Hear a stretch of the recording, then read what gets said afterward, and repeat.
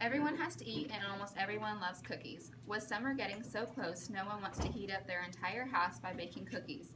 So, why not learn how to make easy cookies without heating up the house? This is important to learn because not only are they delicious, they are also really quick and easy. Today, I will explain how to make no bake cookies by starting with telling you what is needed to make these cookies. Then, I will give instructions on how to make the cookies, and finally I will tell you some of my tips on how to make this recipe better. First, I will tell you the basics of this recipe.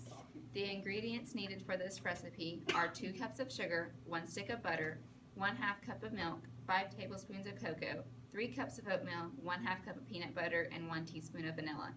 The cooking utensils needed for this recipe are all of the measuring utensils needed for the measurements previously given: a 4 to 6 quart cooking pot, 1 large wooden spoon, wax paper, and 2 eating spoons.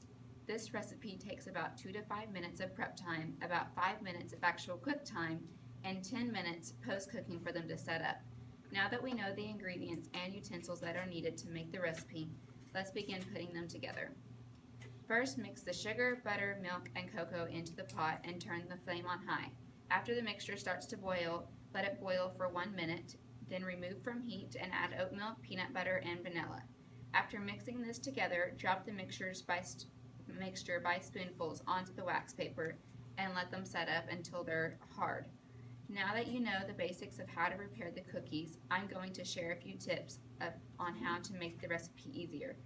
One tip is to not be afraid to change this recipe, such as adding more vanilla or using crunchy peanut butter instead of creamy.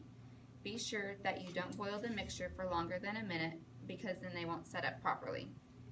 When you are dropping the cookies, you can use 2 spoons, one to dip them and one to scrape off the cookies onto the wax paper. Now that we've discussed all this, let us go over what we've learned. No matter what time of the year it is, it's the perfect time to make no bakes. But with summer approaching and everyone getting busier and having summer parties in the heat outside, it makes it an even better time to make cookies. I discussed how to make no bakes. First, I explained what we would need for this recipe. Then I instructed you on how to make the cookies. Then I gave you some tips to make the cookies better.